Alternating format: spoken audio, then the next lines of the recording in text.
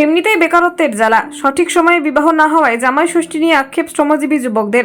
শিক্ষিত হয়েও কপালে জোটেনি চাকরি, তাই টোটো চালিয়ে এখনো বাকি ভবিষ্যৎ। কে দেবে মেয়ে? সবাই তো চাই চাকরিজীবী পাত্র। জামাই ষষ্ঠীর আগে আক্ষেপের সুর বয়সপ্রাপ্ত এক শ্রেণীর যুবকদের মুখে।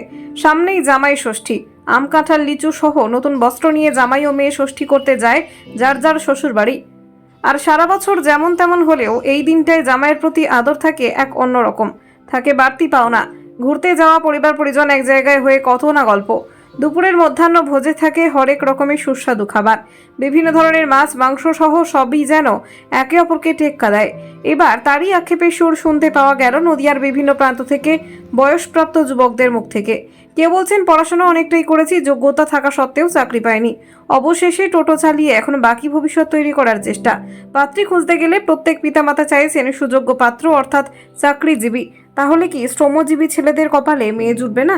জামাই ষষ্ঠীর দিন এই টোটো গাড়ি করেই জামাইরা তাদের স্ত্রীকে নিয়ে শ্বশুরবাড়ি নিয়ে যায়। খারাপ লাগলেও সবটাই মেনে নিতে হয়। মনে মনে আকাঙ্ক্ষা জাগে তাদেরও যদি সময় মতো বিবাহ হতো, তাহলে এই দিনটা প্রত্যেকের মতোই হেসে খেলে আনন্দে কাটতো। কিন্তু ভাগ্যে নেই, চাকরি যে করি না। তবে যত দিন যাচ্ছে ততই বেকারত্বের সংখ্যা বাড়ছে। হাজারে হাতে গোনা খুব কম যুবকরা চাকরি করে। বয়স যেমনই হোক না কেন, ছেলে চাকরি করলেই হবে। পাত্রীর পরিবার সেটাকেই লক্ষ্য করে তাদের মেয়েদের বিবাহ ঠিক করে 4 হাত এক করে দেয়।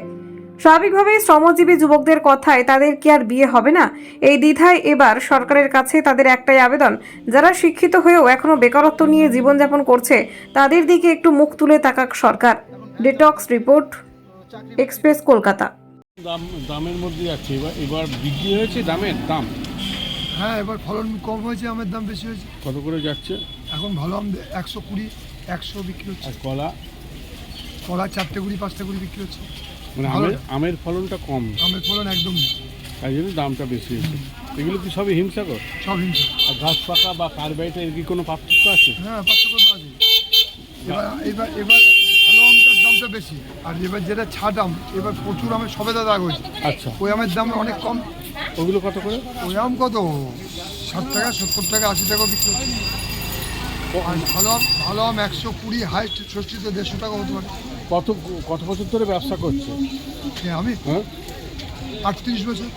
তা তার মধ্যে থেকে কি আমের ফলন এই বছর কি সব থেকে বেশি মনে এই হচ্ছে? বছর সবথেকে কম আমের ফলন কম আর দাম বেশি। তো দাম তো ফলন কম হলে 100 টাকা যদি 98 টাকা দাম না হয়, তাহলে তো দাম অটোমেটিক বেশি হবে। তার মানে এই বছর দামটা বেশি, এই কারণে ফলন নেই বলে, আর ম্যাক্সিমাম নষ্ট হয়ে যাচ্ছে। কি নাম আপনার? আমার নাম বিশ্বজিৎ কুল। চিন্তা ভাবনা করছেন আপনারা তো এখনো পর্যন্ত বিয়ে করেননি বা? অ্যাকচুয়ালি দাদা, আমাদের সমস্যাটা হচ্ছে যে আমরা এই টুকটুকি চালিয়ে মানে আমাদের সংসার চালানো হয়। আমরা এই শিক্ষিত অবস্থা হয়েও, শিক্ষিত থেকেও আমাদের এখন ভ্যান চালাতে হচ্ছে। তো চাকরি বাকরি নেই। তো এখনকার বাবা মায়েরা তো প্রত্যেকেই চাই চাকরিজীবী একটা ছেলে। তো আমাদের সেই ক্ষেত্রে আমাদের মেয়ে আমাদের কপালে আর কি জুটছে না বললেই চলে। তো আমাদের একটা সরকারের কাছে একটা আবেদন এটাই যে যদি কোনো ভালো কর্মসংস্থান যদি দিতে পারতো আমাদেরকে, যাতে আমরা সেই জায়গাটা দেখিয়ে অ্যাটলিস্ট মেয়ের বাবা মায়ের থেকে মেয়ের হাতটা চাইতে পারতাম। আর তো কিছু বলার আমার এখানে এবারও কেউ মানে ষষ্ঠীতে যেতে পারবেন না? কেমন লাগবে? লাগে বলতে একটু খারাপ লাগছে যে সবাই আসছে, তাদেরকে আমাদেরকে নিয়ে যেতে হবে। আমরা যেহেতু টুকটুকি চালাই, তো তাদেরকে বয়ে তাদের শ্বশুরবাড়ি দিয়ে আসতে হয়।